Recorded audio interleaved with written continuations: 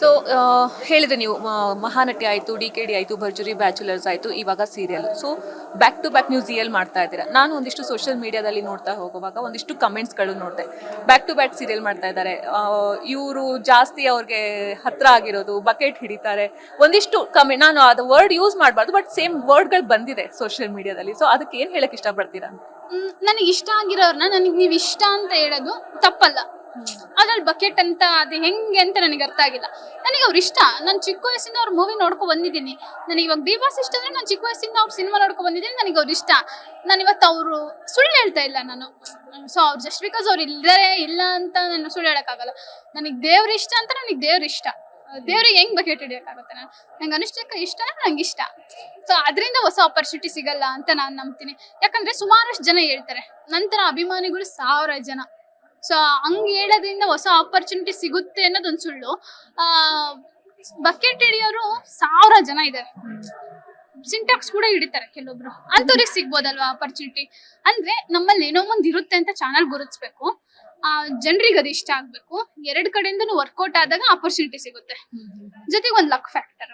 So ಎಲ್ಲ mix ಆದಾಗ ಒಂದು ಆಪರ್ಚುನಿಟಿ ಅನ್ನೋದು ಸಿಗೋದು.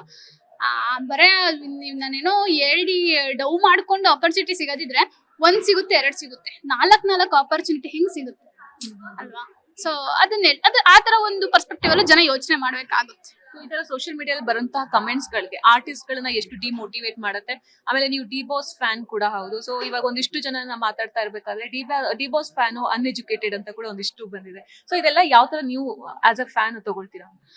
ಹೌದು, ನೆಗೆಟಿವ್ ಕಮೆಂಟ್ಸ್ ಅನ್ನೋದು ಒಂದು ಆರ್ಟಿಸ್ಟ್ಗೆ ಡಿಮೋಟಿವೇಟಿಂಗ್ ಆಕ್ಚುಲಿ.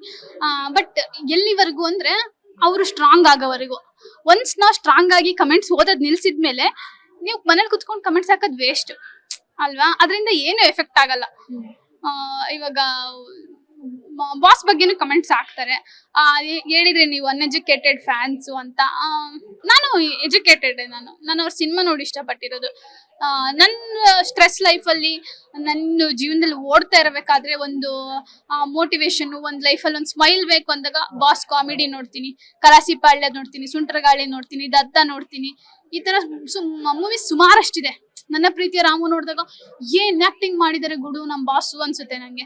ಸೊ ಈ ತರದಲ್ಲಿರುವಾಗ ಅವ್ರ ಆರ್ಟಿಸ್ಟ್, ಅವ್ರ ಹೀರೋ, ಅವ್ರು ನನಗೆ ಹೀರೋ ಆಗೇ ಇಷ್ಟ. ಅವ್ರನ್ನ ಸ್ಕ್ರೀನ್ ಮೇಲೆ ಇಷ್ಟ. ನನಗೆ ಅವರು ಬಿಫೋರ್ ಕರಿಯರ್ ಮಾಡ್ಬೇಕಾದ್ರೆ ನನಗೆ ಅವ್ರು ಯಾರು ಅಂತ ಗೊತ್ತಿಲ್ಲ.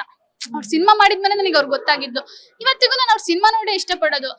ನನ್ನ ಅವ್ರ ಪರ್ಸನಲ್ ಲೈಫ್ ತಗೊಂಡು ನಾನು ಏನ್ ಮಾಡ್ಲಿ ಆಯ್ತಾ?